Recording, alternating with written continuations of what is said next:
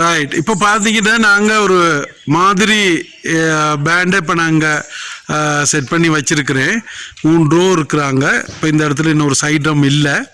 அப்போ நாளைக்கு அந்த சைட் ட்ரம் சேர்ந்து வரும். அப்போ கிட்டத்தட்ட நிறைய பிள்ளைகள் இப்போ எங்கள் நாங்கள் செகண்ட் இயர் பிள்ளைகள் இருக்கிறாங்க. இதில் மியூசிக்கில் ஃபஸ்ட் இயர்ஸ் ஆக்கள் இருக்கிறாங்க. அப்போ நிறைய க்ரௌட் இருக்குது. அதே போல் பெரும்பான்மையில் காலேஜை பொறுத்தவரை நாங்கள் ஒரு 10 பிள்ளைகள் சேர்க்க வேண்டி வரும். அப்படியே இந்த பேண்டை அடுத்த கட்டத்தில் ப்ராக்டிஸ்க்கு நான் எடுக்கும்போது பார்த்தீங்கன்னு சொன்னால் 4 வரி போட போகிறேன். 4 ட்ரோவில் இந்த பேண்டை அமைக்க போகிறோம். ரைட். இப்போ இந்த பேண்ட் வந்து இப்போ மாதிரி இப்போ தான் ஃபுல்லாக அமைச்சு ஒரு மாதிரியான ஒரு கொமாண்டரை நான் முன்னுக்கு கொண்டு வந்திருக்கிறேன். இந்த கொமாண்டிங் செய்கிறதுக்கு எல்லாருக்குமே அந்த வாய்ப்புகள் இருக்குது இதில்.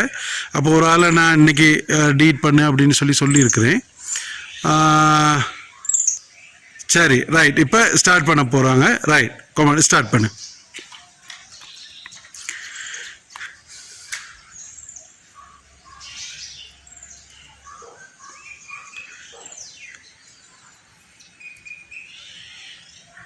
ரைட். இப்போ இதில் வந்து பார்த்தீங்கன்னு சொன்னால் கொமாண்டிங் இப்போ அவங்க சொல்லி கொடுத்த மாதிரி அவள் செய்தா.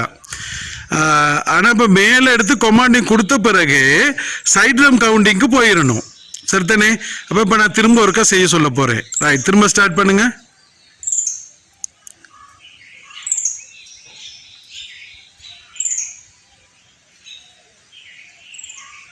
ரைட். இப்போ ஓரளவு செய்திருக்கிறேன்னா ரைட், இன்னும் அதை கிளியர் பண்ண வேண்டி இருக்குது.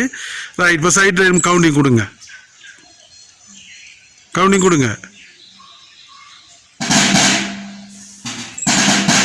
இல்லை, கவுண்டிங் கொடுக்க சொன்ன பிறகு ரைட் கவனிங்க. இப்போ அந்த நான் நினைக்கிறேன் ஏற்கனவே பயிற்சி கொடுத்துட்டு இப்போ லீவுக்கு போய் இப்போ தான் வந்திருக்கிறானுங்க.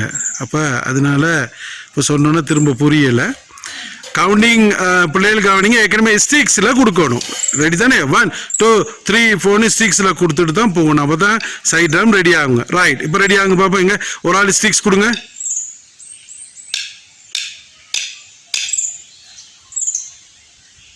சரியா வரலன்னா ரைட்.